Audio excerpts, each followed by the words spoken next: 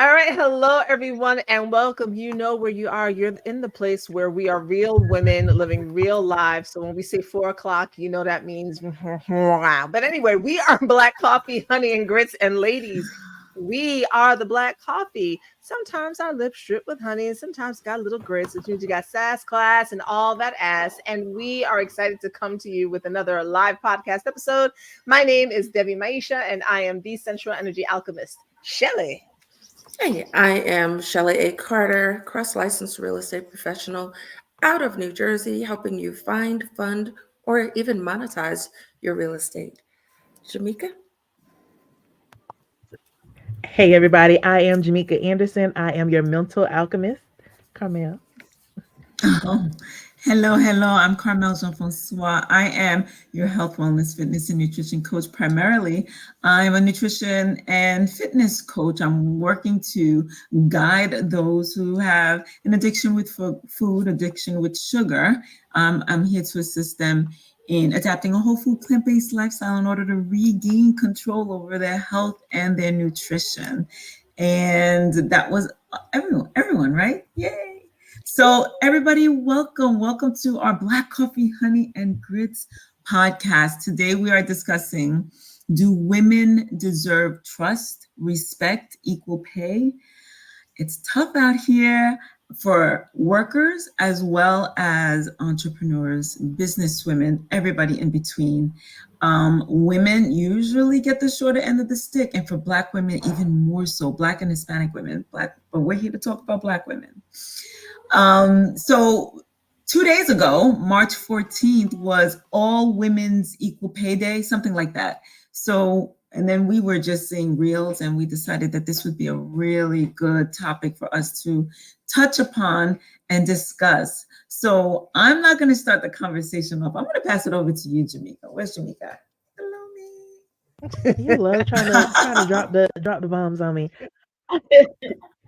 Well, what I will say is that it's been very interesting. We've been watching, like Carmel said, we've been watching some of the clips. Y'all know how things go around on Instagram, Snapchat, all the social media platforms.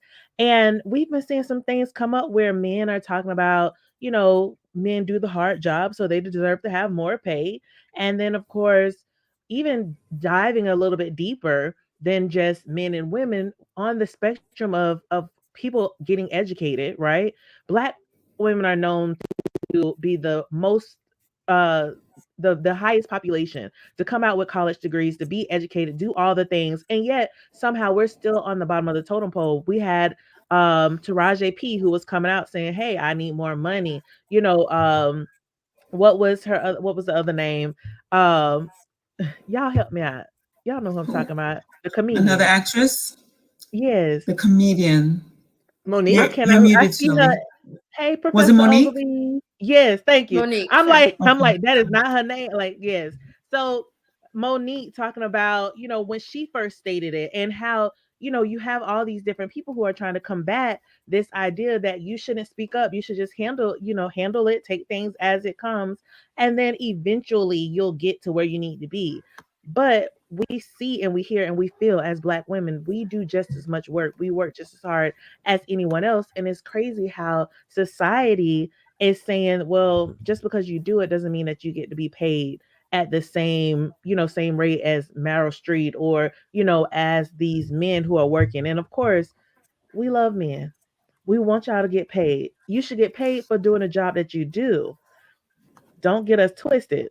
But we just feel like we should be at the bottom of the totem pole. And I don't know how y'all feel about that, but I ain't got time for it. I am not here for nothing. And part of the reason this discussion came up, not just for the pay, but also for the professions, right? So there are women. So we're part of the problem. I would love to say that we're part of the problem. There are women who won't go to doctors unless they're male doctors. There are women who won't get their taxes done unless it's a male accountant. We had a conversation about women pilots and how there are people who are like, I'm not flying. It's a woman.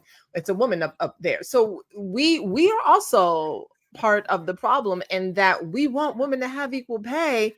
But then when a woman is like, all right, well, I'll be your service provider, we're like, I don't know about that.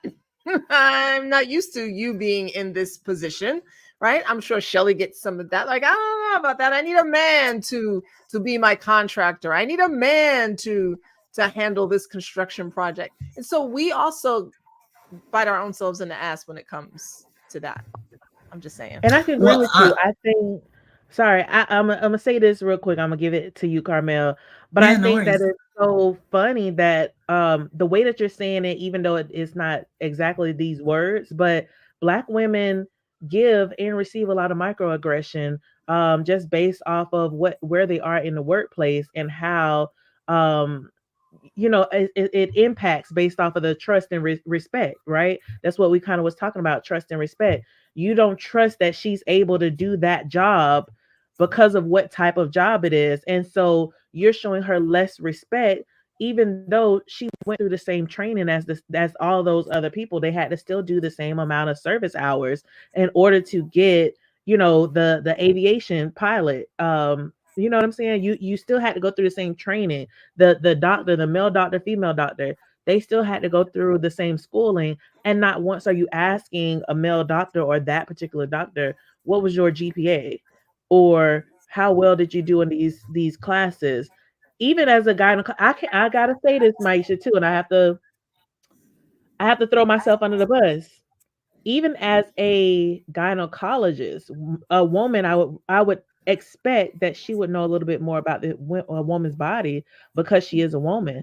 But my most loved gynecologist was a man. And then after having that experience, because I started out with women, and after having that experience, I was like, I don't want another female gynecologist. All I want is a man gynecologist, and you know, let's see where it goes from there. So, I too am guilty of of being sexist in that respect. I've been really seeking out female physicians and female everything, and more consciously. My first female GYN was just happened, like she was in my network, right? But ever since then, I felt Jemecia, so my experience was very different than yours. Now I have a female GYN, and I have a female, and she's not even American, and I love that part. She's not a woman of color, but she's not American, and I'm like, okay, like I can dig that, and I can respect that. My primary care physician, same. My who else was I throwing in there? My dentist is a woman. So I love that all these women, these professional women are around me, and I get to support and respect them in that manner.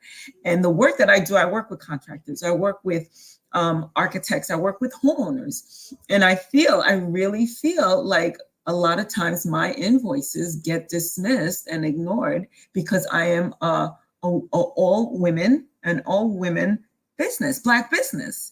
And I've said it from the beginning because I was always thinking, why is it so hard for me to collect on my invoices? And that was the only conclusion I came to. None of my other peers were talking about the same, were saying the same. Here I am, most of my clients are white males in construction and architecture. And that was another thing. And I got to tell you, the respect aspect of it all, right? So I worked with a female architect, and she's the worst person I ever worked for. She was horrific. Meanwhile, but I feel like she has to get that way. Here she is, a woman working in a predominantly male industry, and she was a bombshell. She was the typical American beauty, tall, blonde, striking, but she was horrific. She was a horrific person. And I really do feel it's the industry that made her that way. It's the fact that people probably did not respect her, was not paying her what she knew her worth was, that made her that way. So I see it and I feel it in the business that I do and the work that I've done. And for the past 14 years, I've been this business owner that's been struggling with collecting on invoices. And so every person of color that I can show my respect and use their services, I will do it in a second. In fact, I seek it now. So I'm gonna pass the mic for now. We haven't heard from you yet, Shellie. So I'll chime in a little bit later when I have a little bit more to say. Okay. Well, this is a tough topic for me because it has been something I've dealt with for all of my life. It has either been, how did she get chosen for that job? She being that Black girl. How did she crack the code? I've not finished to date. I have not finished my BA. I'm 4 classes away from a BA. One day I'll give myself that gift. And I've gone into, you guys know the story, people listening don't. I went into the bank, found where they were having issues. I found the holes. Often the profit is in plugging the holes in the dam. Find out where the water is leaking, stop the bleeding, whichever way you want to word it. I went in, looked at their operations, went and did the research to find out about compliance, found our exemptions, executed change to those exemptions, took our business from 7 million a year to 21 in one cycle. And it was complete disrespect. To date, I still want to understand how the owner of that bank, the president of that bank, how he can hate me the way he does. But I know he hates me because I'm a woman. I'm a Black woman. I, by his standard, am uneducated, although I'm not uneducated, but he was an Esquire and I didn't even have my BA. My presence irked him. I remember my first real estate project. My male tenants would come in and they would ask me, I don't know, one, hey, I want to paint the ceiling black. No, I don't like that idea. You can paint it, it's got to stay white or it's just not going to work out.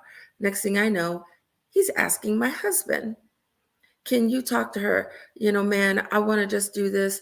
And I remember my husband telling me that he asked, and he's like, listen, if she said no, the answer is no. There's no workaround.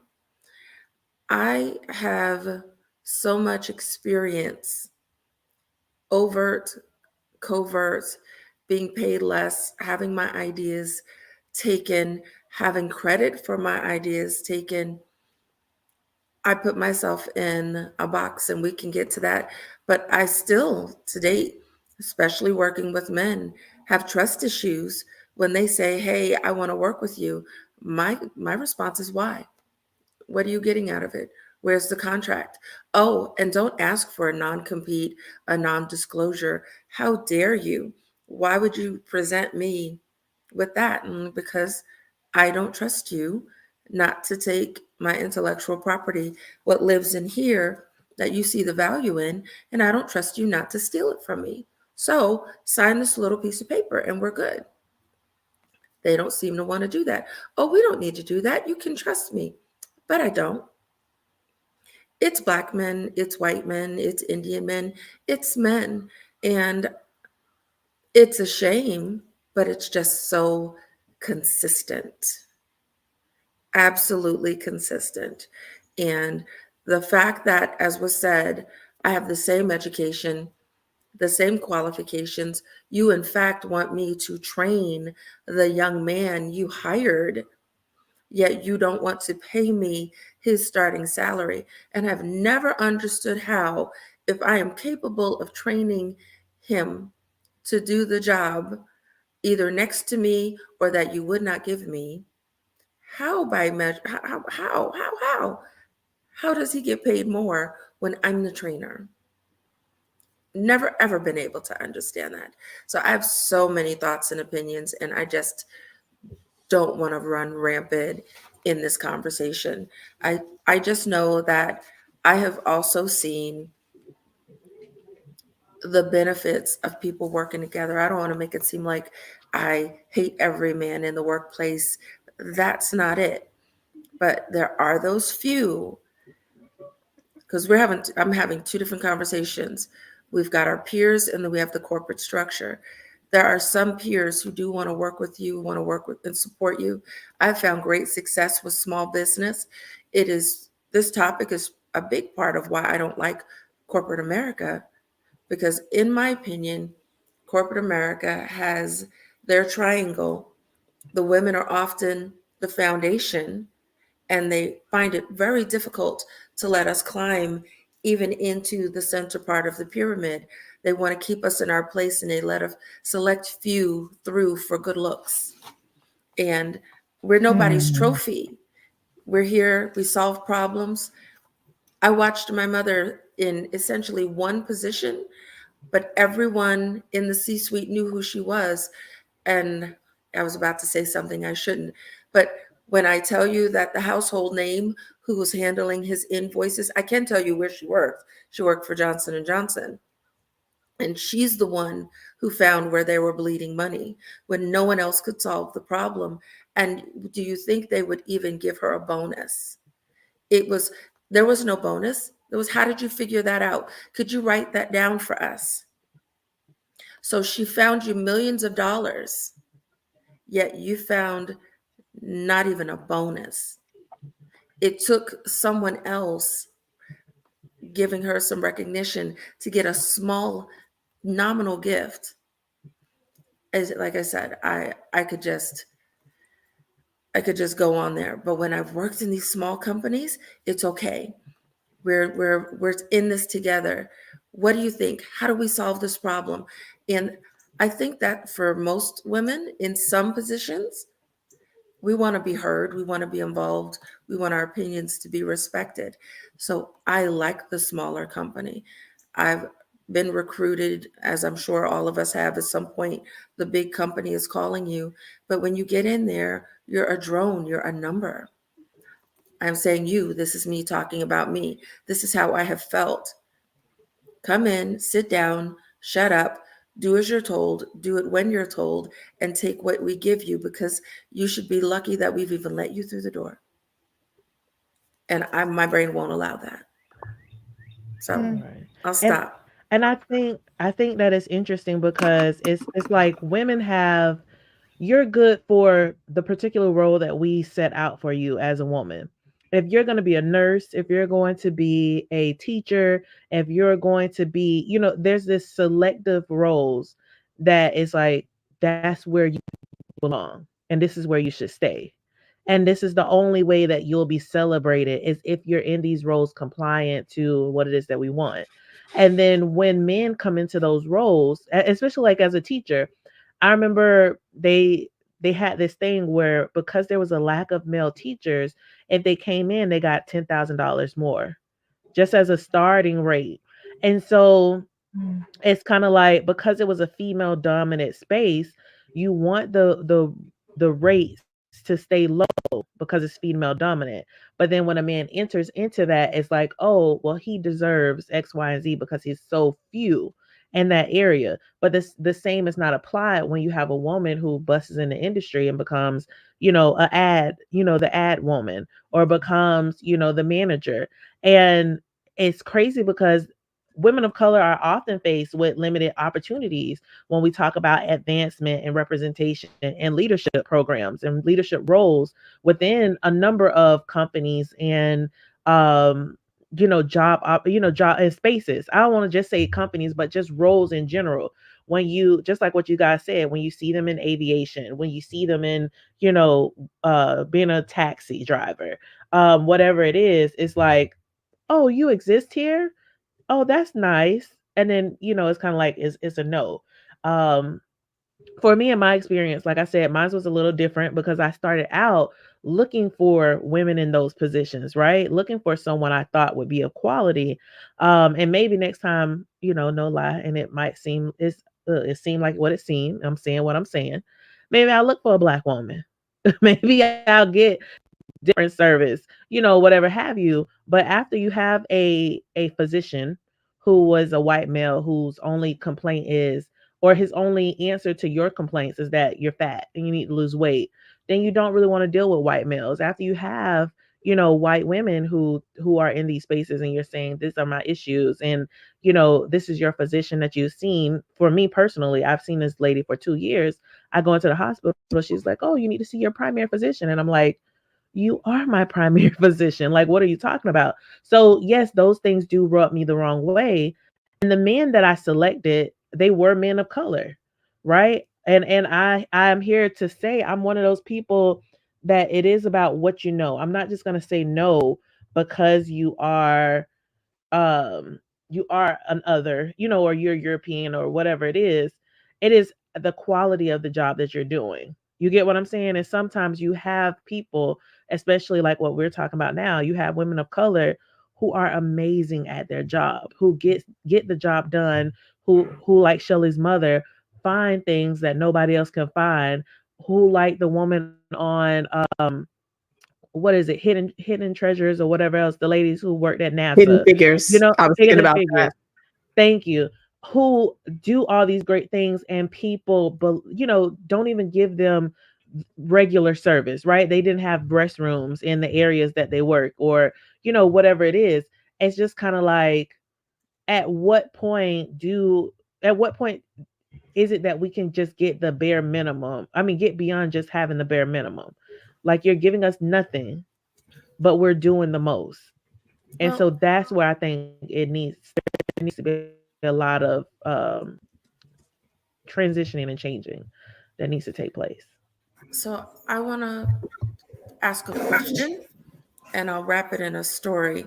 When, as a new loan officer, and I took my training so seriously, and I remember having an older female client, and I give her an extraordinary deal. I'm young, I'm new, I'm not focused on the money. I just want to do a good job. And we got into everything, and then I get the phone call, and she goes, "Honey, I feel safer doing business with a man. This is my banking," and just like she's giving me this whole men do it better thing. And it hurt my feelings so much. So I want to just ask you guys, when you're faced with some of these things, how do you even handle the emotions of it? Mm. Because I got to tell you, it stuck with me for a really long time. It took me just building up my success record and looking one day and having my manager tell me how many I didn't even know. Like, so you're getting a lot of referrals, you get more referrals than anyone in the office. Keep up the good work. I was so blinded by this one woman telling me I wasn't qualified. I didn't even see when I was doing a good job. So today I went running with my team, and I was running with this one woman, a woman of color, but she works in banking, and she was on the phone with her potential client. So he doesn't know that she was a woman of color, but he heard her voice. He knew she was a woman, and she's telling him how much whatever service that she's providing costs. And again, she works with a bank, but I think she has autonomy of how much she charges for whatever services that she's providing. And he's like, "Well, why does it cost so much? Can you ask your supervisor?" And she's just kind of like, "It's that much because I said so." But she did pass it on. And sometimes people just need to hear it from another voice, from another, maybe even male voice. So she ended up getting what she wanted, but she had to tell somebody else, "Listen, you got to approve this for me because he's not listening to me, and he does not want to pay the price of this service." And he was just like, it wasn't even her supervisor. It was just one of her colleagues was like, "What?" So Shellie, your question is, how do you deal with that? I feel like as women, we almost expect it, and we almost like, I know I do, and oftentimes I dare them. I'm like, "Go someplace else, you'll be back," because I know there's good work that comes out of my office, and I know that my prices are very, very comparable. What's that word that I'm looking for? You know what I'm talking about. Competitive. Yeah. Yes, thank Yeah. you. I'm like, I know it's a COM word, but I feel like we've kind of grown a thick skin to it. Does it irk us? Of course, but I think it's almost expected, and that makes it sad that people won't respect us in that manner, support us in that manner, because they think, "Oh, look, aw." And that's how I feel like my clients look at me in my business. They're like, "Oh, look at those cute Black girls. Yeah, well, we're not going to pay that invoice. No, but thanks." Yeah. and it's really a slap in the face. It's offensive, but it's part of the things that we have to deal with, and it's all across the board. It's not just the entrepreneurs or business owners. It's the professions like Jemecia had mentioned, the taxi drivers, the pilot. I got onto the flight from the day of our cruise. I was going home, and I noticed a woman in uniform approach the plane, or where the flight attendants usually hang out, and they invite everybody in onto the aircraft. And I'm like, her uniform doesn't look like theirs, and don't look like the pilot's. Like, who is that person? Come to find out that she was one of the pilots. I was so excited that a woman was flying our plane. I had never seen that before, and never even thought about it, ladies. I had never even thought about it until I saw it. That made me so happy. That made me so happy when I get a female cab driver. Or the first thing I think about is their safety, as far as the cab drivers are concerned. But it just pleases me to see that they're doing something that wouldn't typically be regarded as a male profession. My mother tried her hand at being a mail carrier once, and she was the only female mail carrier I had ever seen. I was like, really? You're doing that? They'll let you do that? So that was pretty cool. She didn't last long in that. She didn't like it, and I don't think she was very good at it. She had to be on her feet for long hours. She's like, later for this. So I've seen a lot of these things, and I applaud it and I love it. And I try to support as much as I can, but it's not my support so much. I'm one person, right? A lot of these businesses, these entrepreneurs, and actually brick and mortar businesses, the banks don't even trust them enough to support their endeavors. The banks don't even. And so we get a fraction of what male startup businesses would get. Maisha, you were saying a little bit earlier about what women entrepreneurs make versus all women entrepreneurs in general would make. It's a huge difference. So what was it, like 24,000 versus 140,000? Yep, 24,000 for women founders versus 143,000 for all other women. And just real quick, I want to say, Dolly Properties on Instagram said that she goes through that all the time in real estate. Carmel, what you were talking about, like, why are your prices the way they are? I don't know. Let's see. Yeah. Yes. So just the other day, I sent an invoice. The way I invoice now, I invoice in categories, or I sectionalize what I do. So I send a proposal, and my retainer fee is more than half of the whole cost of the job. I had a client call me and challenge that. He says, why am I paying more than half? The work has not even begun. I said, unfortunately, I told him the truth. I said, unfortunately, the work gets done and people walk away without paying my invoice. So you just have to pay for it. Like, I'm sorry, I'm going to get the work done. If you retain my services, we have a proposal, we have a contract. I'm not walking away from this contract, but I've got to make sure that I'm protecting my business as well. So yeah, so Shellie asked this very beautiful question. She walked away, but that's my piece. I don't know if anybody wanted to pick up the mic and take it from there. Yeah, I was trying to think of situations that I may have been in. I was just thinking as I was walking down the street, so it's applicable to this conversation. If I'm in a mood and you try and asshole me, I'm gonna like see you and raise you, asshole. So I think I've told you all this before, but I was and I was thinking of Hidden Figures, Jemecia, earlier as well, like all the work that those women did, and this idea that, like Carmel was saying, and I think Shellie touched on it too, like you should just be grateful that we let you come sit at this table. You should just be grateful we even gave you a shot, and you want to be paid as much as other people. Like, you're asking for too much now. I have much more to say about that. But I was working for a place, and someone they hired someone new to oversee everything. That person brought in someone that they knew, who was working part-time and making way more than I was. And what I was told to my face was, you need to show me why I need to pay you more and whatever. We're gonna be like, sure, you know, I've been here helping this place do what it does. You want I look around.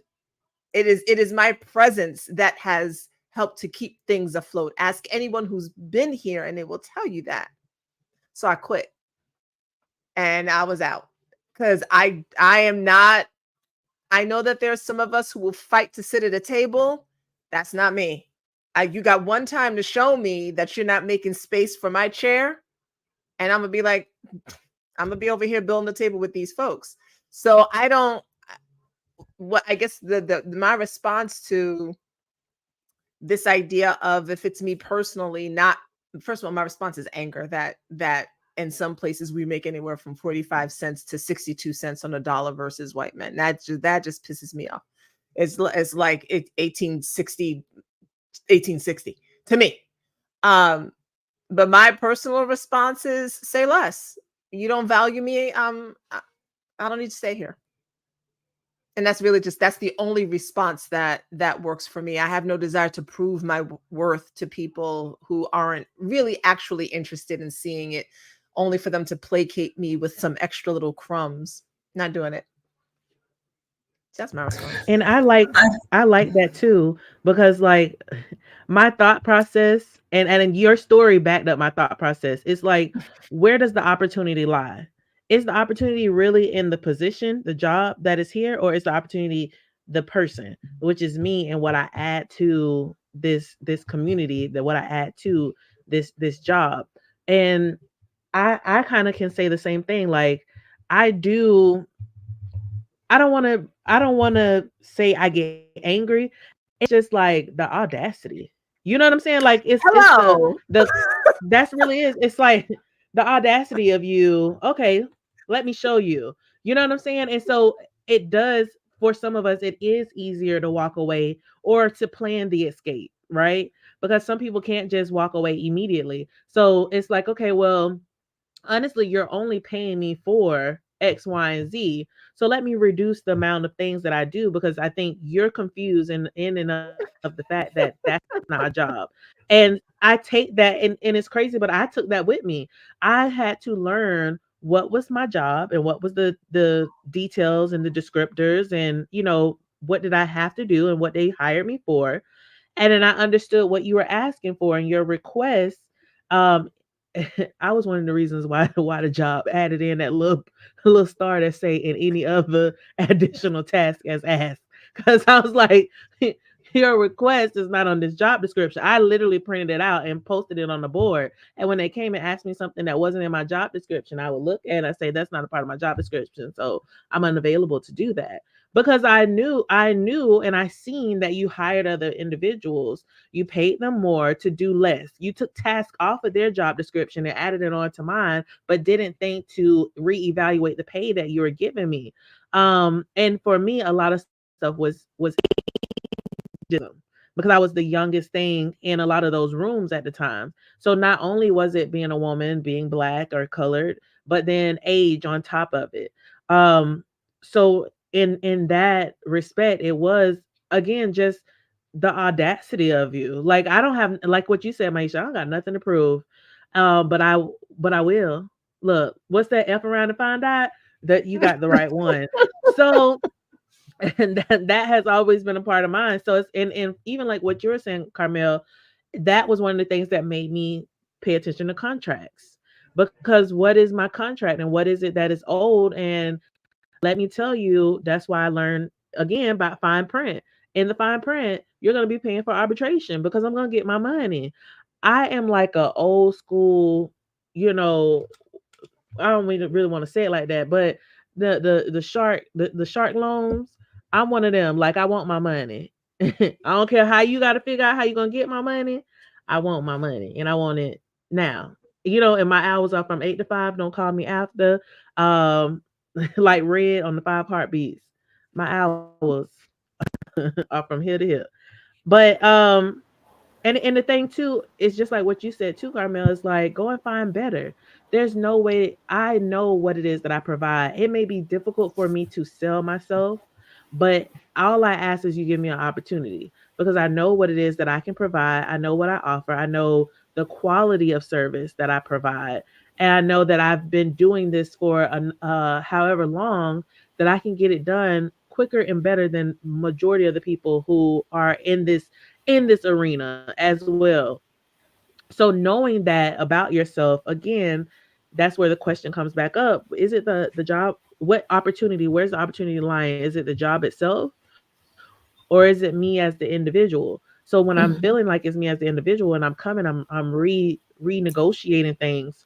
Um, that's exactly what it is. And most times, even within the renegotiating, it's really not a negotiating. A negotiation is like, it's more like an ultimatum. Like you either gonna come up a little bit, or I can go struggle somewhere else doing something much better, or easier, or whatever it is.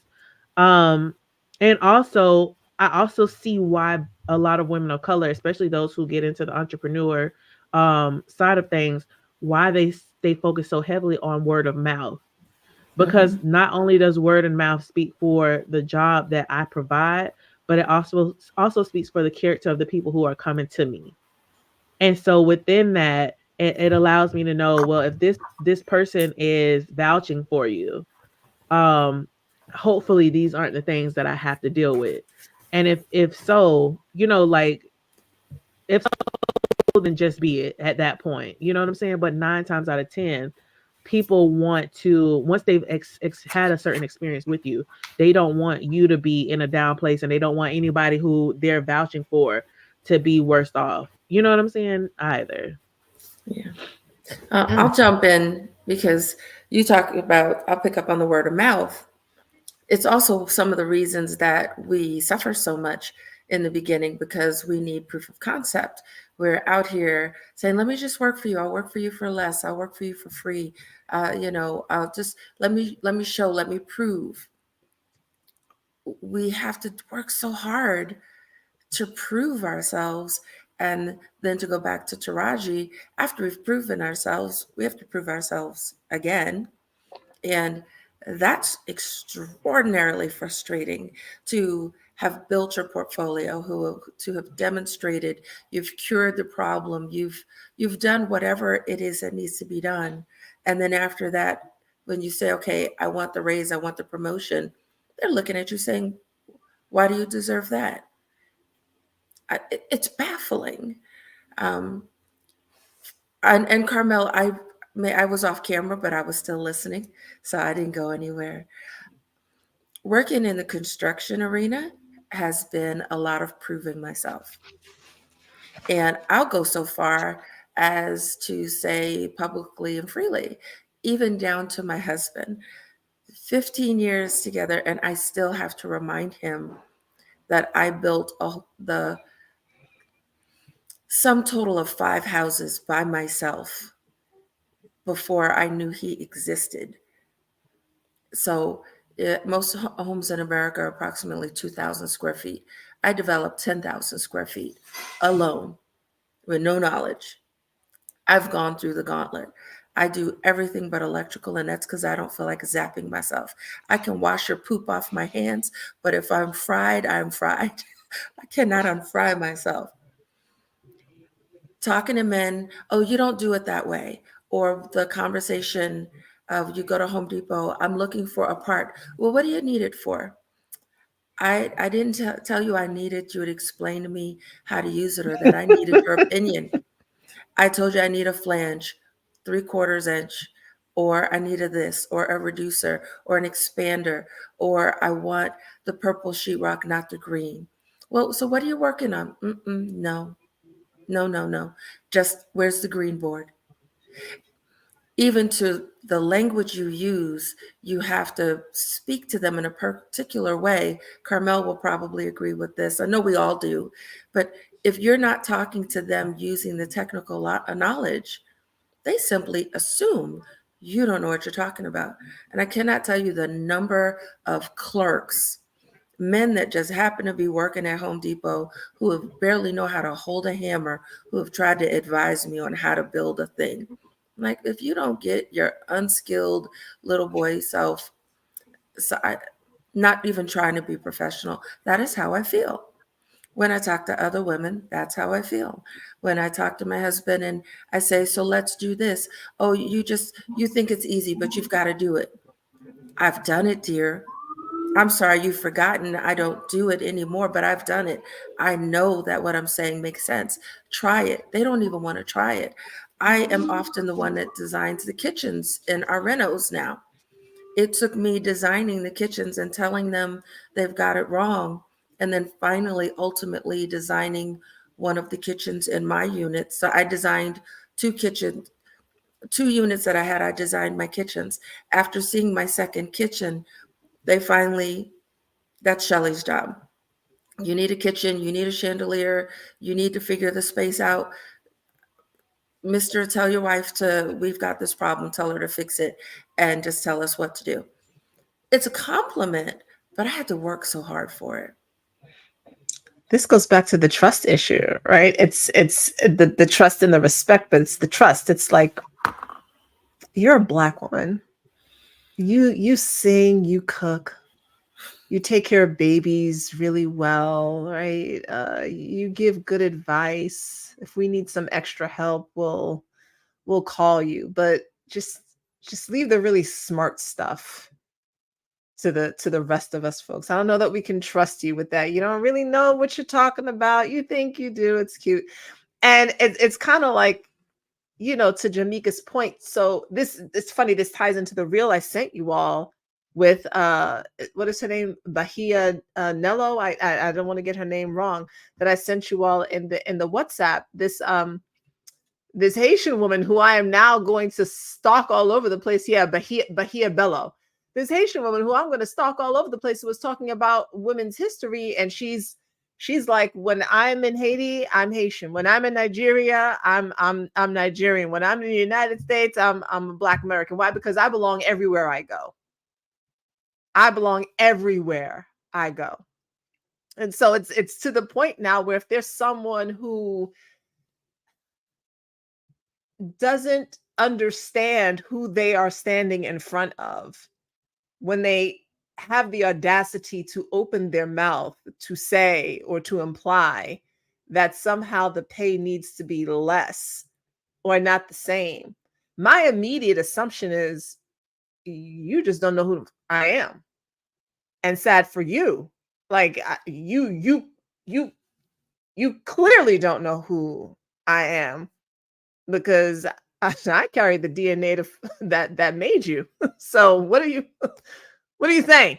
And so that's really, for me, my response to it. I know that there are others who, they fight against, they rail against the system. And I think there's a place for everyone to do what they do.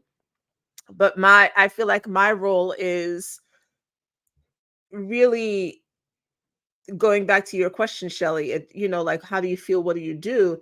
Is really empowering Black women to say, we don't need to sit at anyone else's tables. We've been building tables since tables were a thing. People learned how to build tables from us. So why am I going to now go try and sit at yours just because yours seems bigger and it seems like the more prominent table, when I can gather all my women and we're going to be over here building tables, and you're still going to come over to our tables and be like, oh, how'd you do that? Oh, how'd you get that done? And can you show us how to do it over here? Nah. So that's where I am with it. I think we fund our companies, we create our own venture capitalist firms, we support all of those things. And I think that's, I know I'm answering the question, like, how do we combat it? That will, if we were to ask that question, that's my answer to the question, is we build our own tables.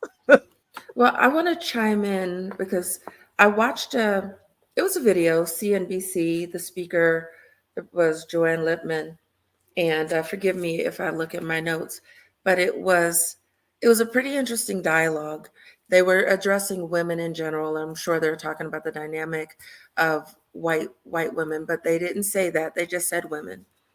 They said that in this corporate arena, and I hope I can tie this back to what you were saying, Maisha, that women don't ask for the raises.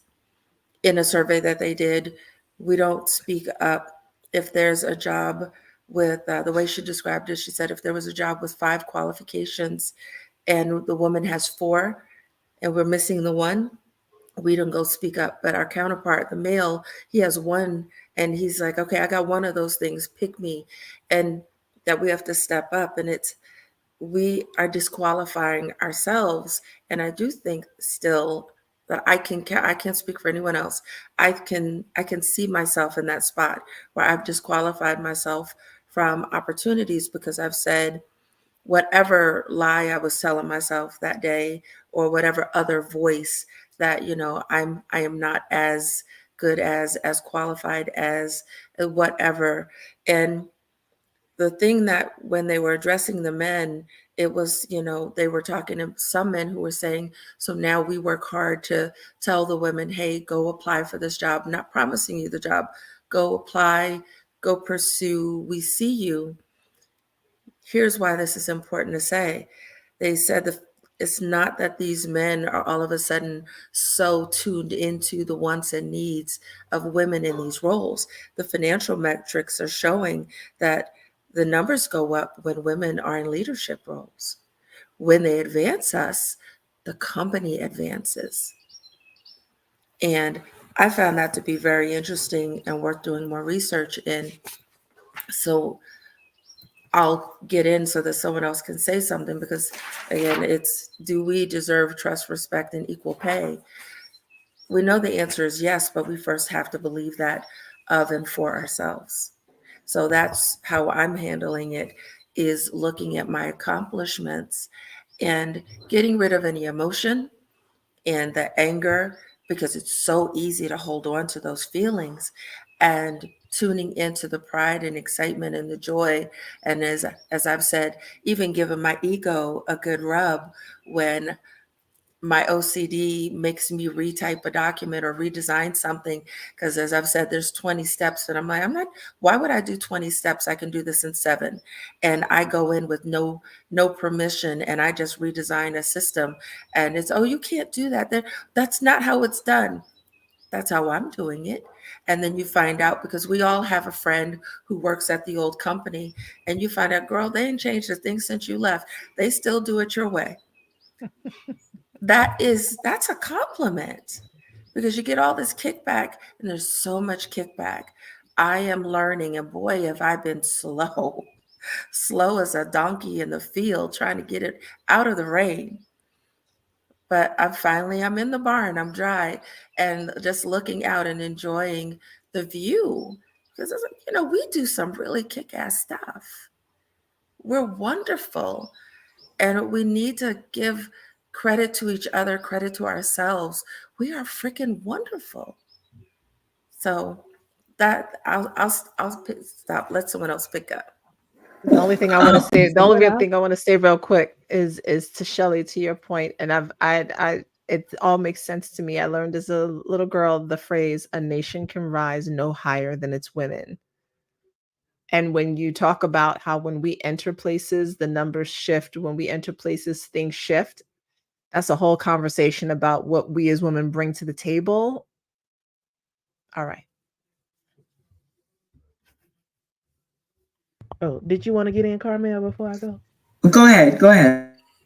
Oh, okay. Look, I was like, Carmel, been waiting. I don't want to take over. No, there were a couple different things that I had wanted to say between what you said, Carmel. I mean, what you said, Maisha and Shellie. Um, one of the pieces, and I'll start here because I'm like, where do I start? One of the pieces was about qualification. And the thing about it is, like what you said, we will cancel ourselves out. I know I've been guilty of it. If I don't have at all, then I'm not doing it. Whereas, our counterparts, they're they're so mediocre. I'm sorry, y'all. It is what it is. Sometimes you got some mediocre people and they just like, I shine and I'm bright. And it's like, dang, I wish I had a little bit more audacity, just like you, just to go for it. And I think after I wrote my book, Life Teachings, it really kind of hit it home for me, because it was one of those things like, you sit here, you watch mediocre people become successful because they have less fear about failing because they already know they just might fail. They're okay with it. They're comfortable with it. Whereas Black women, me, myself included, it's like you're supposed to live up to excellence. You can't do any wrong. You have to do better than the next person. You have to work 10 times better. And so when we go to apply for certain things, it's like, it's not, can I do the job because I know I can do it, but it's like, how much energy will I have to give in order to make this 10 times better than what it is, because I can see where it's at, I can see where I can take it. And are people going to work with me while I'm taking myself there? And then of course, that kind of goes back into what you were saying when you're talking about efficiency. I know that I can make this thing more efficient. And me personally, in almost every job that I've been in, at least in almost every job, I've left the company with providing them with steps to be more efficient. I've left them with a systems of operation. I've created manuals before I left to show them that their systems were not as effective as they could be.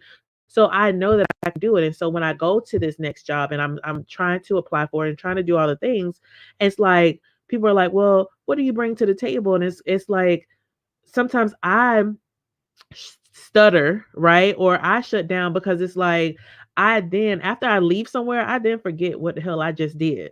Like, because I'm so focused on getting to the next great thing, I never gave time to realize that what you did there was amazing. And because there wasn't the right people around me to celebrate, because you had the people who were so upset that you were doing so well and you did it with ease, that all you received was hate and toxicity within that environment, that you're just like, I just need a moment to gather myself to move forward. So you never really think about all that you put into something, to even appreciate yourself and to evaluate and value yourself as you're moving forward.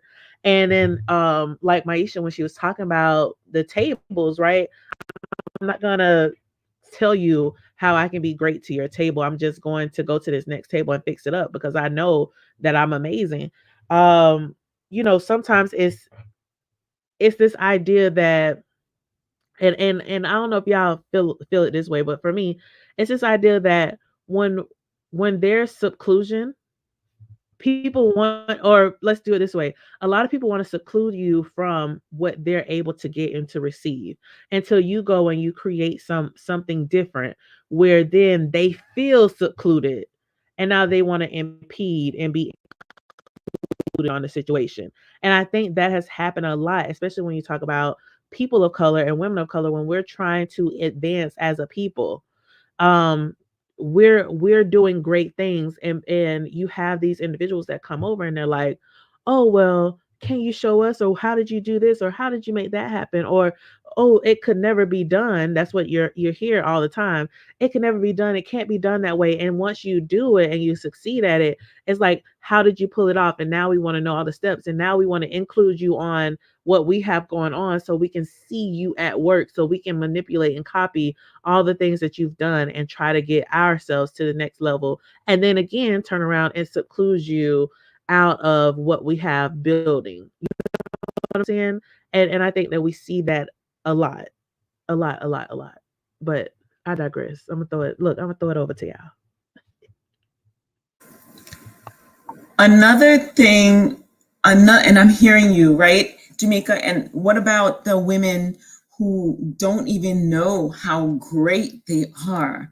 They don't even know, like, by comparison, for a long time, I just did my thing. I didn't know what other companies were doing. I didn't know what other people in my field were doing.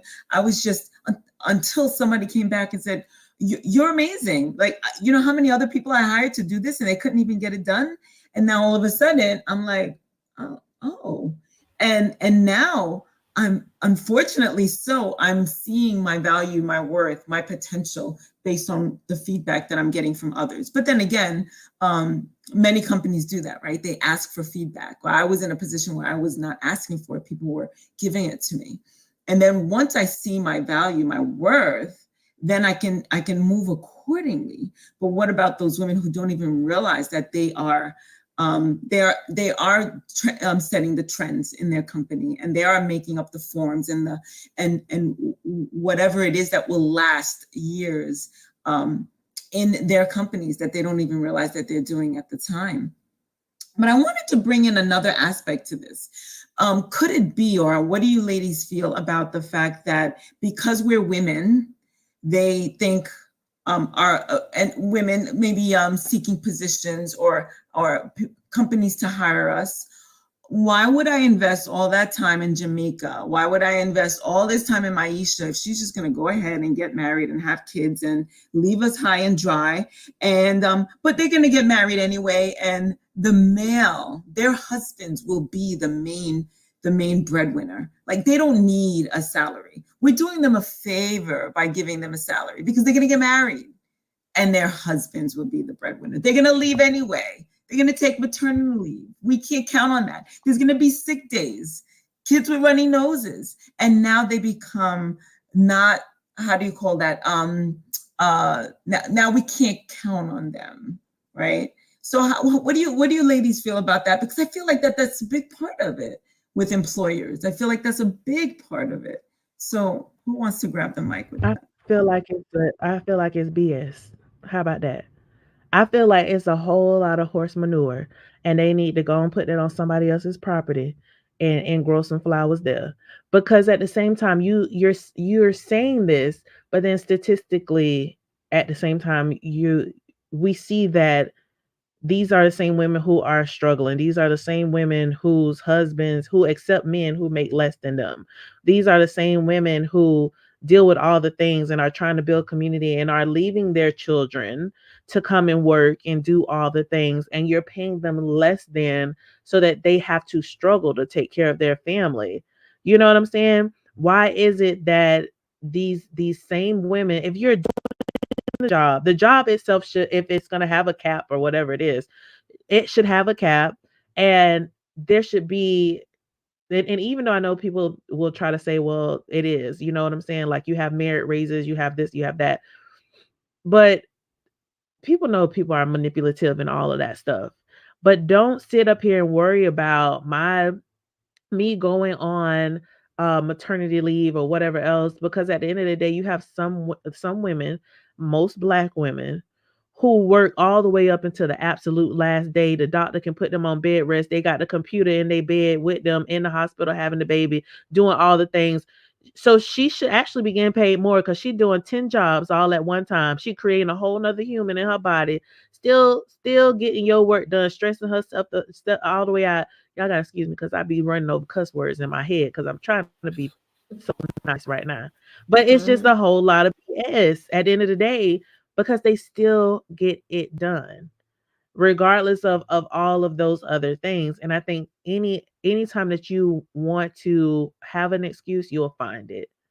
You know what I'm saying? And so none of that really matters, because if you are treating, even with companies these days who are always trying to say, oh, well, we want it to be family oriented and we want it to be da da da da. And they have some of the most toxic environments, stressful environments. But you're saying all these things, but you're not taking care of the people who take care of your company at the end of the day. You're not supportive to those who are doing the most work. You're paying people only for you to turn around. You're paying people higher percentages only to turn around and ask someone else who makes less than them and do 10 times as much work to do their work as well, to cover their behinds because they've gone out to do other things. So it's like, at the same time, well, why don't you take a little deduction from him when he go play golf out on the thing? Or why don't you take a deduction from him when you see that he hasn't completed his job and somebody else had to pick up the slack? And why aren't they allowed to get a percentage of that person's job, since they did a percentage of that person's work? Like, let's if we're gonna talk about being fair, let's make it fair all the way around, because it's a lot of BS at the end of the day. I'm gonna digress, but be effing for real. So I'll be. Oh, go ahead. No, Debbie, Maisha, I've spoken already. Go ahead. So what's interesting is I used to be someone who thought along those lines as a woman, that okay, when I was married and I was like stay-at-home mom, it's like, well, he needs to make more because he's taking care of the family, and it's okay if I don't make a lot because I'm over here with the with the kids. And so as a woman, I had some of those thoughts, and they made a lot of sense to me at the time. And then there is those are a lot of assumptions to be made in reality. The assumption is that a woman is going to get married. The assumption is that she is going to have children. A lot of assumptions made about women, by the way. The assumption is that she's going to be the one that goes home and takes care of the child when the child is sick, and that she's not going to be able to be there. And of course, and then there's our time of the month, and she's going to take all these days off. And there's this idea of what's going to happen. So I'm going to speak about Black women because I'm a Black woman, and that's what I know. Those of us on the Western side of the hemisphere don't know what it is to take a day off because we have a headache and because we have our period. And all. That's not our story. Our story is that you got up and you worked from sun up to sundown. That's the story that we have seen play out with our grandmothers and our aunts, whether it was in the field, in the factory, at the corporate office, with your family. We got up and we handled things until the sun went down. So I don't know who they're referencing with a lot of that stuff, but I don't think that it is us. Now in this world in 2024, women are choosing to get married or not. They're choosing to have children or not. Sometimes they are not the ones to go home and take care of a child. Sometimes they have a nanny. Sometimes there's a grandmother, an aunt. Of course, obviously, if they're married, there's a husband, or wife, whatever it is you're doing, whatever is floating your boat this year. If this woman has gone through the same process as a man, same education, same training, same all of that, to say, well, you might take extra time off, I need to pay you a little less. Now that's ridiculous. And so looking at it from that lens, coming from someone who was like the mom and all that, and the wife, and then really looking at the landscape of the world, to tell me if I'm 27, unmarried, childless, to say, well, I can't pay you as much because you might leave, is a little ridiculous. First off, you pay me enough, then I'll have somebody taking care of my child anyway. So what do you like? You're already like, don't assume for me. So I'm with Jemecia on that. That's complete BS at this point. And you know what you said that caught me too is you might take the extra time off. Wait, what extra time off? Because I thought we already had a schedule of 9 days off a year, or so much PTO before you get chastised for it, or you have to have what is FMLA, or you have to have short-term disability. So what is this excess time off that you're referring to? Because in the grand scheme of things, we can take the same amount of time off as he takes. That's right. And so that doesn't equate. And when you're talking about it too, when you're like, oh well, the headaches, the periods, the sick days, the children's sick days, but did the job get done? It did. With all the things that was going on with that woman, did the job get done? And so again, why am I not accommodated for making sure that it gets done? Because I've seen men with way less going on in their life. And I'm not here to bash men again, but if we're talking about what is happening and what the stigmas or whatever else, I've seen the other individuals who don't complete the task, and then you come over here to Miss Mary, and Miss Mary, can you quickly type this up for me, or could you figure out how to get this done because we only got so many hours left? And so how can you let that person again get away with not doing, not showing up? And this is in the let me tell y'all, look, so let me tell y'all some business. My auntie works for the city hall, and at the city hall they have these people It's a black employee, black male, who gets the job done every time. He takes care of cleaning the city hall business. They clean the police stations, all this other stuff. As facility managers, right? But somehow this they got several businesses as people of color that they got to go clean these buildings for. This one European American has one place that he's supposed to be doing, and the same amount of time, the same 7 to 8 hours. You got one location. They got 3 to 4, and you pretend to be sick. Don't do it. They have to come clean up your area. They clean it up so well that for the next week or two, you don't do nothing. So you're not even working for real. You just really sitting on the clock getting some dollars. And that's okay. And the people who are higher up, they know that it happens and they still don't do nothing about it. But it's okay for him to get paid almost twice as much as they get paid, both male and female of color, almost twice as much as they get paid to do less than them. And so for me, it's a issue. It's, you know what I'm saying? It's an issue all the way around, which is why for me it's like, pay me by, sometimes I'm seriously, pay me by the job that I do. Pay me about by the task that I get completed. Don't even ask me how much time it's going to take, because like Carmel, I'm so great in this particular area. It's taken me 10 years, or like what you was talking about, Shellie. I've done so many projects.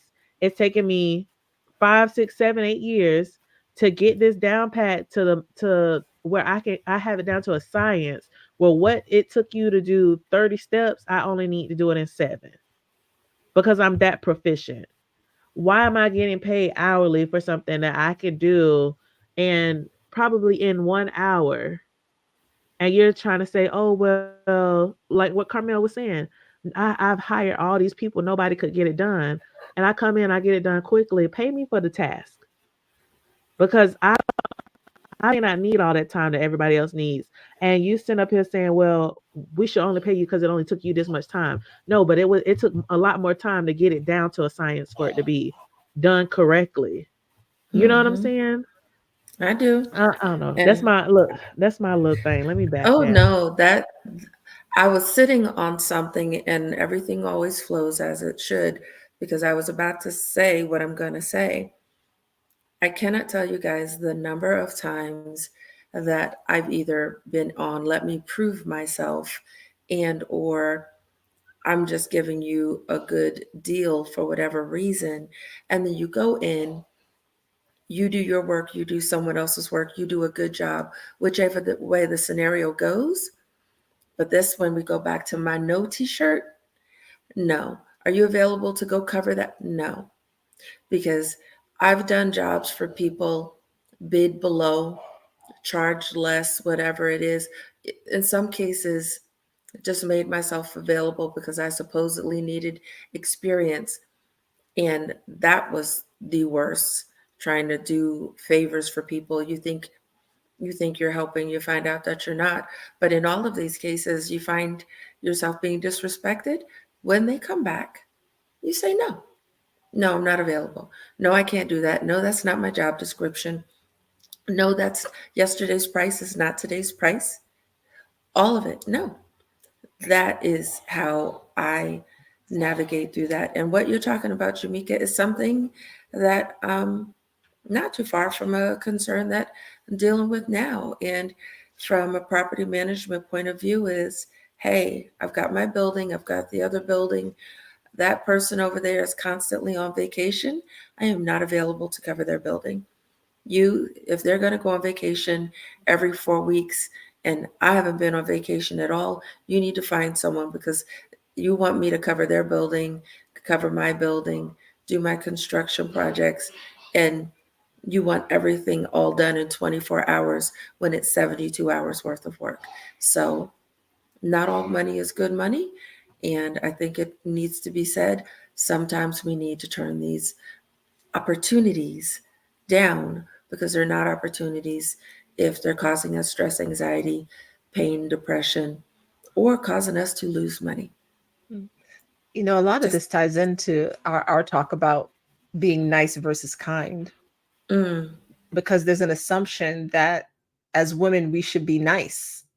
And so almost any opportunity, anything that comes our way, again back to the gratitude, we should be grateful, we should take it, and we shouldn't be worried about all those other little details or the other stuff.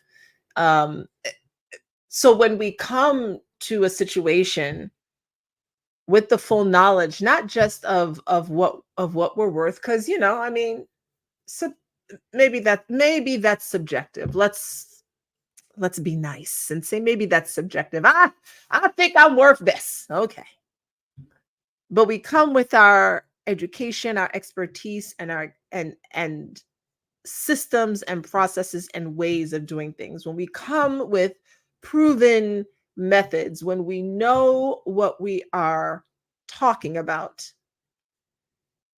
and yet and still when we say the price is the price, and especially for Black women, we have to deal with this, right? Because our counterparts aren't automatically seen as mean, aggressive, angry. We can be as calm as the ocean on a very sunny day and simply state, that's not going to work for me.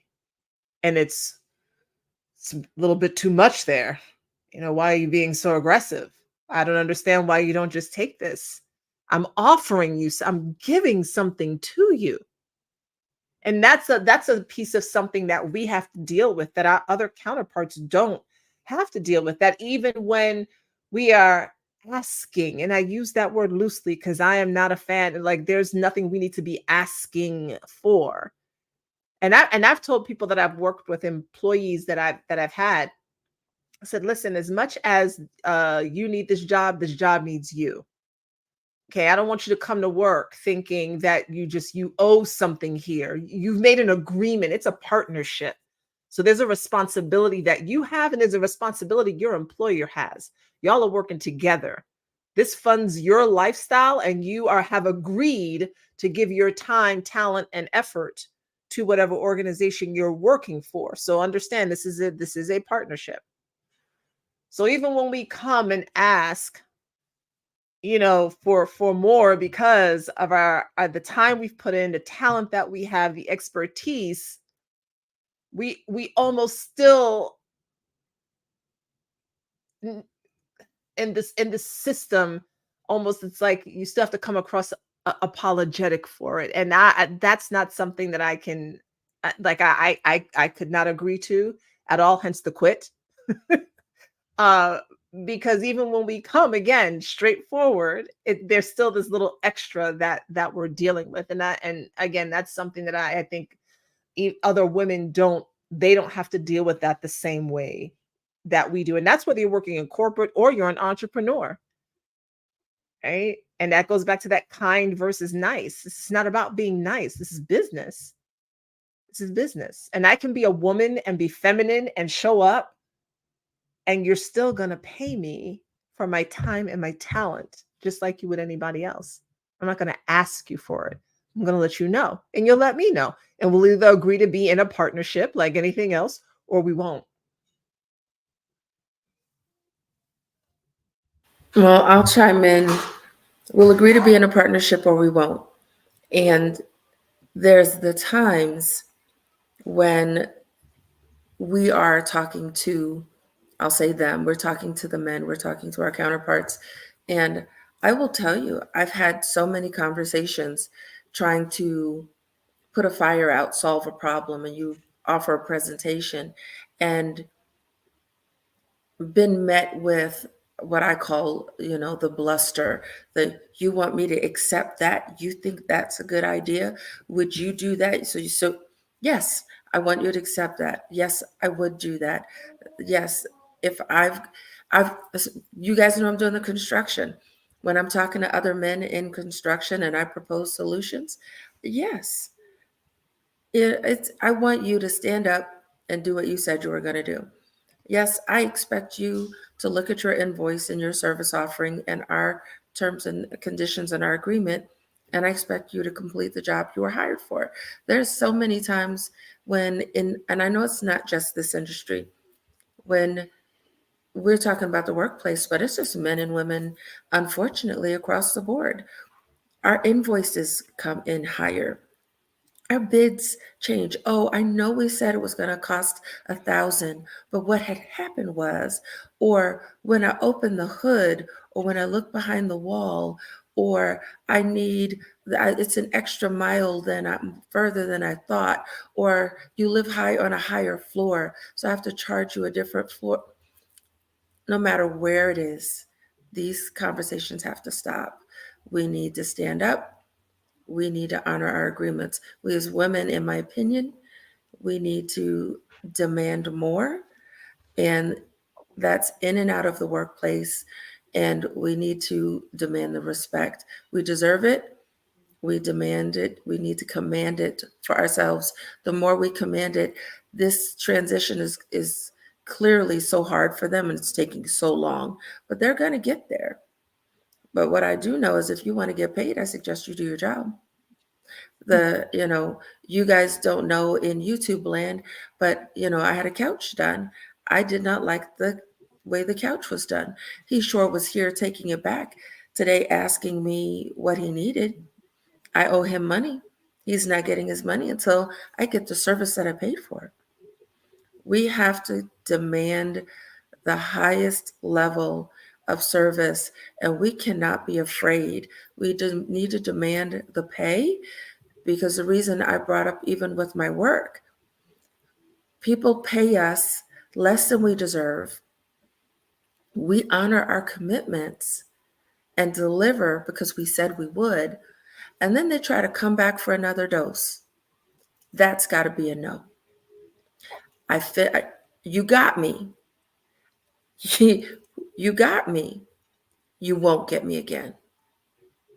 So I'll back off. Real quick, I just want to say, and hey, Mary Kim on Instagram, for some reason the page won't let me comment, but she said, I had a male boss tell me my spreadsheet with a full sales analysis tell her that her proposal was emotionally based, not facts. He was adamant that his personal opinion was more valuable than facts. So there you go. I just want to state logic. I just want to state these statistics for folks. So this is based on this is nationalpartnership.org. This is from 2023. The wage gap in the 25 states with the largest number of Black women working full-time year-round. And I'll just name the states that we are all in. So in Florida, Black women on average make 56 cents per every dollar that a white man makes. In New York, it's 60. In New Jersey, where'd New Jersey go? Oh, Virginia, where Dr. J is at. We miss you, Dr. J. In Virginia, it's 56 cents. And in New Jersey, it's 52 cents. So, and we know how we work. We know the amount of work we put in. We've spoken to other Black women. We've watched the Black women in our lives. We've had conversations with them. We know how much we go above and beyond the extra that we put in, partly because it's our nature to do so as women, our nature to do so as Black women. We've been taught we have to work 2 and 3 times as hard. So we bring that to the table. We don't come to work to slack because we know we absolutely cannot. We cannot be caught with our head on the desk for a moment to take a 5-second break. Our eyes have to be glued to the screens and what we're doing. And yet, and still with all of that, almost half or less, nearly half or less. And that's with the education. They can have less education and still make more. Right. The studies have been done. The statistics have been shown. Even for Black men, same thing. A white man with a high school diploma, the median income versus Black men with a college degree. It's craziness. And what I want to leave with some of the people who are tuning in, of course, y'all, look, I'm gonna talk to some of the people who are getting into the workforce, right? I definitely, and some of you who have already been in it, this may work too. Is that I just want to leave you with a couple of questions to toss around for yourself. Ultimately, so one of the questions that I would say, so I got like seven, right? What are the company's diversity and inclusion initiatives? We are seeing that diversity and inclusion is kind of going down the toilet. If you look around, different places are pulling out of it. You want to keep some of this in mind as you're applying to different career choices, as you're getting out here and trying to apply to different jobs. Look and see, is there a pay transparency? See if they have equitable composition practices. Some of them say it on their sites. Got Glassdoor, you got Indeed, you got, all these different websites these days that are telling you what the low and medium pay are. You have people who are posting on there telling you about their experiences. I would say go check it out, read through some of those things so that while you're applying, you know what the job entails and you know how much people are getting paid, and seek some of the women who are in those fields. Are there opportunities for mentorship or career development in these companies? Because if they really want you to move forward or move ahead, they'll have some opportunities that will foster that type of relationship with the people that are in their companies. Because we know, just as easy as there are some companies who just want to hire within, there'll be some companies who will pull somebody else brand new, like what Shellie was saying before. Hey, train this person. Well, why am I training them when you could just hire me for this new position since it's open up and you know my work ethic? You trust me enough to train them. Like, you know what I'm saying? Let me do this. Another question that I was thinking about, like, how does the company address workplace biases and discrimination? Do you see that? Do they have practices in place at the end of the day? Do they have those practices in place? Do you see that being wrote about again on those sites when you're doing your research? And then what representation of women of color do you see in their leadership program? Because that's a fine indicator to let us know if they are they first off, are there even women in the leadership program? You can go to some websites and you see man, man, man, man, man, man, man. You don't see nobody of color. You know what I'm saying? And or you'll see just this one, one woman, this one off. And sometimes, I'm not gonna lie, sometimes it's difficult to even work with some of those women because they feel like they put their blood, sweat, and tears just to get into that position, and nobody else is gonna come get them. You're not coming from me, so you have to understand the dynamics within. Does the company offer a work-life balance policy? Like whatever else, like how many sick days do you get? Do they offer like what we were talking about before? What's your vacation times? How does PTO work if you have it? If do they flex? Like these are all questions to consider when you get ready to apply for a job before you go into that room to negotiate. Because there's y'all, I got this one. I ain't gonna lie, tell y'all a little bit about my business. I got this thing coming up next month where they're teaching us how to negotiate when it's time to get those contracts. And I think that it's a benefit. And it's a company that has some black women. Don't ask me the name. I would tell y'all, shout it out, but I don't remember that. I can't even lie to y'all. I just went to I just attended the intro. So, and everything don't start until April. So I'll let y'all know how it goes. But get into some places that have personal development opportunities that's going to allow you to grow in terms of your resume building and the skills that goes into negotiating contracts. And then how does the company support their employees' mental health and their well-being? I think that that's vital, especially in the time that we're in where everyone's dealing with a little bit of mental health. Do they offer those type of opportunities? Do they offer insurance that goes towards that? How do they help manage it? Because y'all know half of these, almost half of these companies is toxic as I don't know what. I'll get out. So are they going to assist in those practices? And for me, what I'll say to wrap up everything for me, I think that empowerment comes through knowledge, right? And not only knowledge, it comes through action too.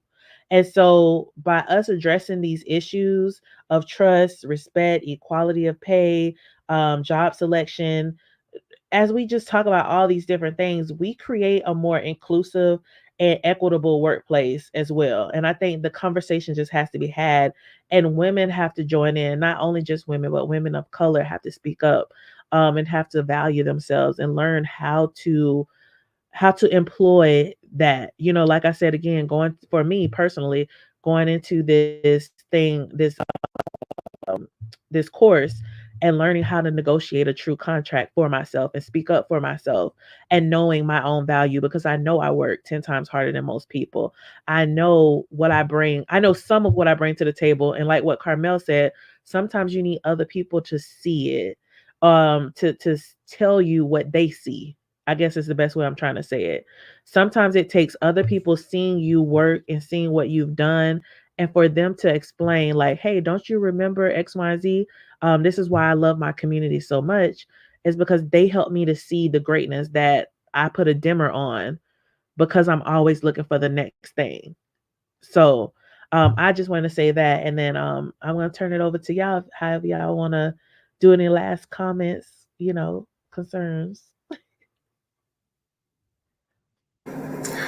I think this was a great conversation, and I feel like we touched on all the points, right? I was thinking about this movie that was way ahead of its time.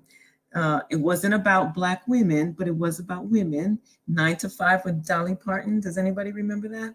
Way ahead of its time. And they dealt with all of these issues back then. They stumbled upon the opportunity and ran with it. And it was so empowering. And I feel like if nobody's seen that movie, just take a look at it, simply because like they touched on all of these points that you were just speaking about, Jemecia, the biases, the discrimination, the representation, the work-life balance, the mental health issues, and even making sure that moms had some place where, oh, sorry about the noise, if there's noise, it's chilly in my apartment, so I have the heat on. And moms there was like a daycare for the children. They thought of everything. And even the big heads of the companies came to see what is all of this, and why has there been such an influx of productivity and income, which is what we were talking about before. You take care of us. You make sure that we're okay. We will show up. We will give our best, because that's all we know how to do.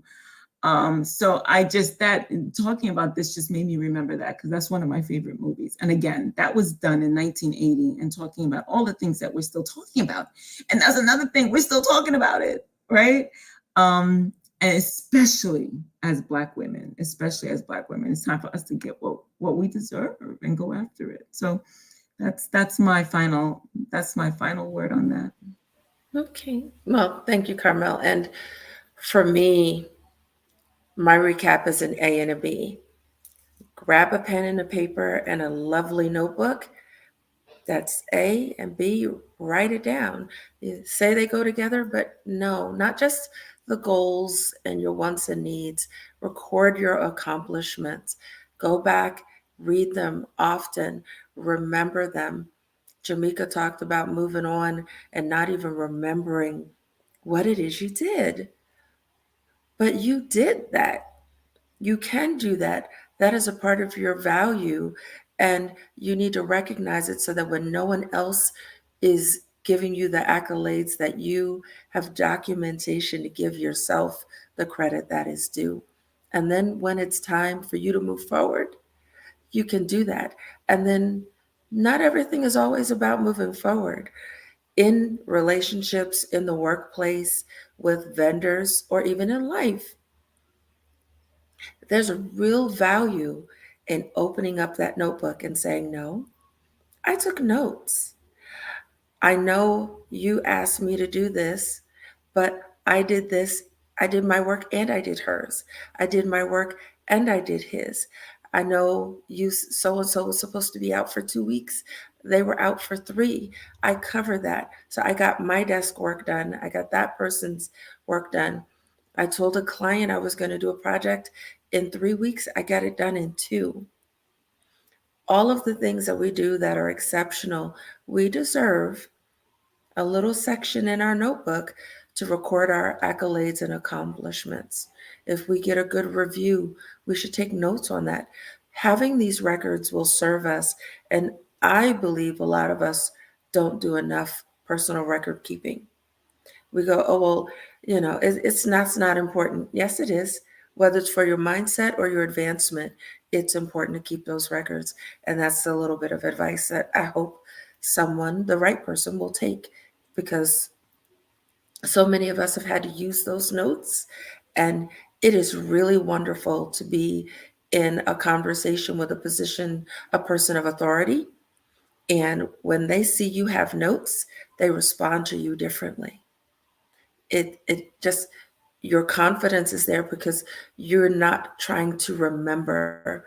You are looking at the facts and the notes as they were, and that is going to make you strong in your presentation and hopefully help you go to the next place, whatever it is. So yeah, that's just my thing that I see in this conversation that has been very valuable, especially when we're talking about demanding equal pay, because people are quick to say, well, you didn't do as much. Well, actually, according to my notes, not only did I do as much, I did more. Let's review. My job description, Jemecia said, my job description said I'm responsible for A, but my production has me at D. My review, you say you don't give anybody a 5, but I've earned a 6. So I don't accept that review of a 4. I want the max. I've earned greater than the max. So you at minimum owe me the max. That is what we need to do to at least get the minimum as it is in the structure, get everything that's owed to us on the table. But first and foremost, we got to start just celebrating ourselves more. And that's my final word. I think it's important that we understand the difference between confidence and arrogance. I think so many of us are afraid of being arrogant that we don't step into being confident. I think as Black women, we need to get rid of the idea of being humble, because it holds us back and it doesn't have us do exactly what Shellie said, which is celebrate what we've done, because we haven't done enough yet to celebrate what we've done before. So we can't even come in with the accomplishments. And I think we need to stop that too. We've accomplished what we've accomplished, and it is okay to celebrate that and to say, yes, this is what I did. This is what I created. It seems acceptable for those of us who have had children to do it with children. We do it all the time. Mothers always screaming about how they made a baby. I gave you life. I could take you out and all whatever this foolishness that we say. Same thing applies to your work, to your business, to your livelihood. You created something. Own it. You fixed something. Own it. Write it down. Keep that record of it and be confident in what you've done. So I think those are the things that will assist us in moving forward, as Jemecia said, going into the negotiating. And remember that it is a partnership. We have a lot of fear still in us as women in terms, as far as getting ahead and wanting to close all kinds of wage gaps and things of that nature, that we'll almost take what we can get, thinking it will help lift us up to some next level, and find ourselves in a cycle of constantly just taking what we can get. It's a partnership. You're agreeing to work with a company and they're agreeing to compensate you properly for your time. You can't get back your time. So negotiate smartly. I'm done. Jemecia, did you want to leave closing thoughts, or did you already do that? Yeah, it seems like we're done. I already went, Yeah. girl. I started it off. Oh, Yes, you sure did. Yeah. And just real quick, Maisha, to your point, I was like that for a long time. I have a business and I'm like, my job. And like, it was nothing that I celebrated. I didn't girl, celebrate. we get on you all the time. Like, you built a whole business. Right. But I'm even talking about before I met you. Like, I never even told people I owned a business. And I didn't even realize the power. I'm like, okay, I did the thing. I did the thing. I didn't even realize what I did. I didn't. And I was employing other women of color. I didn't know what I did. And it wasn't even to say that I was trying not to be arrogant or boastful. I didn't know what I did. So I want people to wake up, know what you're doing, know your value, know that, you know, what you touch is gold. And just knowing that and celebrating it. And it took me a long time to celebrate it. And so, yeah, so thank you for that. Yeah. And we get to be unique in this. I told you guys I'm in a room on Clubhouse and I'm listening to people talk about what they do. And I'm saying, oh yeah, but I haven't done that and I haven't done that. And I'm feeling like such a neophyte, freshman in college, first week on campus. And they're saying, well, what about this and what about that? And they're asking me questions. And I'm saying, well, I haven't done that. I've done this. And he pulls it out and I'm telling him, well, this is what I've done. And that's what I've done. And this is how much of it I've done. And I was ordered in that room, like, don't you ever do that again. You're not new. You don't do what we do, but what you do is valuable. We don't do what you do. We can't even, and I needed that. This is from because when people who are in leadership positions, and I'm glad we went this direction, Carmel, thank you. When you're in a position of leadership, when you're someone who is experienced, can we not forget to tell the people behind us to also share accomplishments and accolades with those who deserve it, to help them see themselves? The way we talk to each other and say, hey girl, you better cut that out. When you see a young woman of color, or just another person who is deserving, you can do someone a great justice. It is so kind and impactful just to tell someone, you're doing a really good job. You did a good job, or I see you. It impacts some people in a way that many people have reported it's changed their lives. I was here, I was feeling this way, and someone said they saw me and I was feeling rejected or down for whatever reason. And that gave me the fuel, the energy to lift up. So I thought I was finished, but I'll finish by saying, let's remember not to be selfish when we have a little extra energy to give. For me. You did a good job, girl. You did a good job. We did a good job. I know. We miss you, Dr. Jemecia. We did a good job today. All right, you know she's gonna watch the replay. All right, y'all. So listen, we have a brunch coming up May 5th. It is going to be in Weehawken, New Jersey. We have the spot secured. So if you would like to go ahead and grab your ticket to the brunch, you want to are they heading over to Black Coffee, Honey, and Grits? Okay, you want to head over to blackcoffeehoneyandgrits.com and you want to go ahead and secure your seat. We have a limited amount of spaces for the brunch. You do not want to miss out. Our brunches sell out every single time. Swag bags are included. Conversation, impeccable. The food is always amazing. We pick some good spots, y'all. So you can find out more by visiting us on social media at Black Coffee, Honey, and Grits everywhere, and also by going to our website, blackcoffeehoneyandgrits.com, to secure your seat.